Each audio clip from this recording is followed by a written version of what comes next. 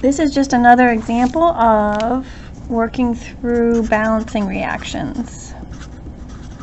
If you need to see another example, reactions. I'm going to show you some tricks. You should also have this in your notebook. But remember that all halogens, hydrogen, oxygen, and nitrogen are diatomic. So if it says oxygen, it means O2. If it says chlorine, it means Cl2. If it says hydrogen, it means H2. Another good way, if you get stuck, is to make anything odd to make it even by changing the coefficients only. Another trick to completing these with a little more ease is that if atoms appear in multiple places on the reactant or product side, figure it out last. For example, if you have two products and they both contain oxygen, figure oxygen out last. Usually it'll work itself out. So hydrogen and oxygen, sometimes it's best to just avoid those until the end because they are usually in quite a lot of places. And these are just tricks because this is really a trial and error kind of practice. The more you do these, the better you'll get. The more you'll see some patterns. I don't have any direct step-by-step foolproof way to not ever struggle with these. Sometimes you just need to start over. Right, we're back at a sentence. It is not a skeleton equation, so we have to, 1, determine the correct formula for reactants and products, and then write the skeleton equation. If I take a look, I have silver iodide. Silver is a metal, and this is a non-metal. Therefore, this is going to be an ionic compound. And best thing to do is figure out your symbols and charges before you create them in the reaction. So silver is Ag, it has a +1 charge. Iodine is a halogen, it comes with a -1 charge. If I do crisscross, or least common multiple methods, or if I look here, it's a plus to a minus, therefore it's a 1-to-1 ratio. So I only need 1 silver and 1 iodine ion for that compound. The and sign tells me to do a plus because I'm going to add silver iodide to iron 3 carbonate. So I have iron, a metal. The 3 tells me the quantity of the charge is 3 and it's a metal, so it's a +1. Carbonate, here's where those endings, if you know them, are going to make your life simpler. This ends in ATE, so I know to go to my polyatomic ion chart, and I just need to find the word carbonate. And if I look here, carbonate is here, CO3 2- is the polyatomic ion formula. These two numbers are not the same. So I'm going to either do least common multiple or crisscross. The digit of this charge is going to become the subscript for this ion, and the digit of this charge will become the subscript for that one, for the iron. But my line in front for the coefficient, I'm going to write iron first. 2 is the digit of the charge for its partner, so that becomes iron's quantity of ions. And carbonate here requires to have 3 of them, so I need to put that in parentheses because I need 3 CO3s. React to produce tells me to create my arrow, and then I have iron iodide. The Roman numerals aren't present here, but I must have iron 3. And iodide is up there. So I'm going to have Fe3+ and I1-. If I create that ionic compound using least common multiple, the least common multiple of 3 and 1 is 3.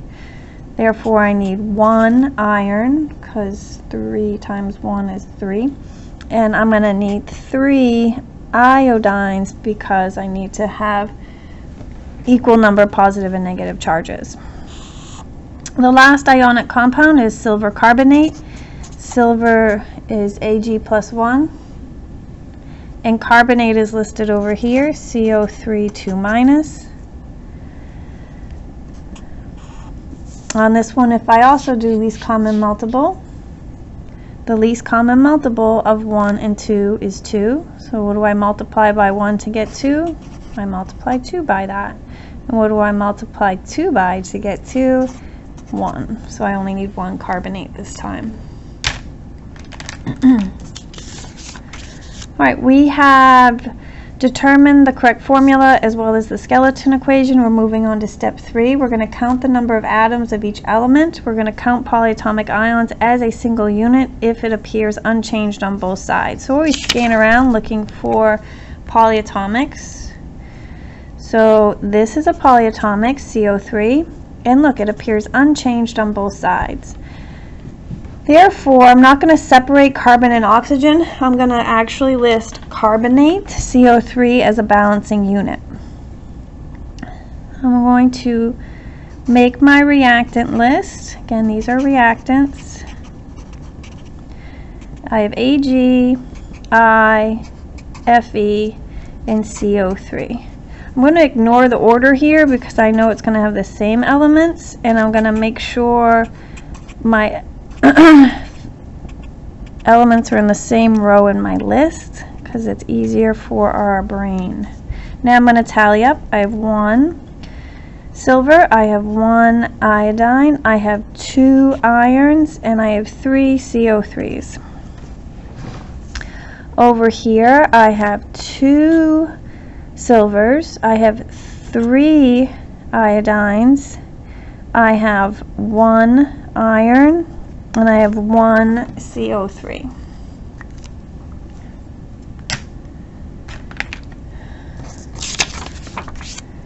I'm going to balance elements one at a time using coefficients and never changing the subscripts. All right. It doesn't ever really matter where you start. I'm going to just start at the top. My silvers are not the same. I only have 1 over here and I have 2 over here, so I have to change this coefficient so that I have 2 silver over here. But because these are connected and now I have 2 of them, it's also changing my iodine to a 2. Now if I look here at the iodine, those are also not the same. Since I just changed this, and this is odd, I am going to make the decision to sort of leave that alone for a second. I'm going to move that on to iron. And I'm going to put a 2 here because I have 2 on this side and I have 1. The only way to get 2 irons on this side is to put a 2 as a coefficient. So now I have 2.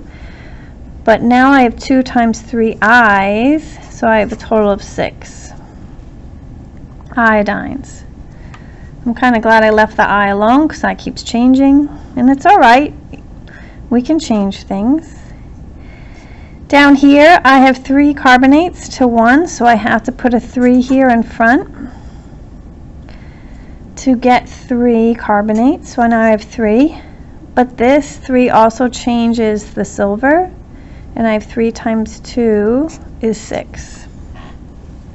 When I take a look, carbonates are good, irons are good, and silver and iodine are not good. And if I come over here, that's an easy switch. Now, yes, I originally put a 2 here, and it is okay if later I decide to change my mind. I'm going to cross out that 2 because clearly I need a 6 here, and I'm going to change these to 6. Right? This is a trial and error kind of thing. So you just want to be patient, and if it's messy, it's okay. What we need is a total balanced reaction to do some things in the future.